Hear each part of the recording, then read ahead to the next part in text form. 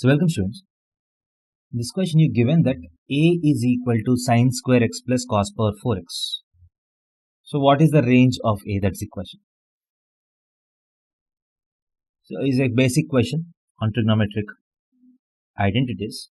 So sine square x plus cos power 4x, if you want the range of this, the straightforward technique is to change the complete equation into a single variable. That is into completely sine or completely cos. So a is equal to sine square x can be written as 1 minus cos square x plus cos power 4x. So now I'll try to complete the squares. That is, this is cos square x whole square. Cos power 4x can be written as cos square x whole square minus 2 times cos square x times 1 by 2.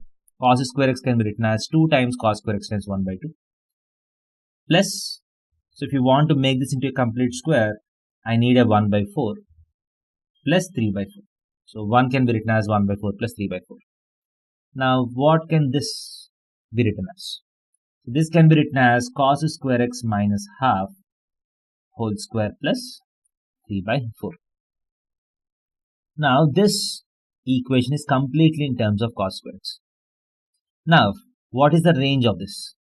Cos square x is always lying between 0 and 1, right? So cos square x minus half always lies between minus half and plus half. So cos square x minus half whole square. So if you take minus half to half numbers and square it, so it is always lying between 0 and 1 by 4, right?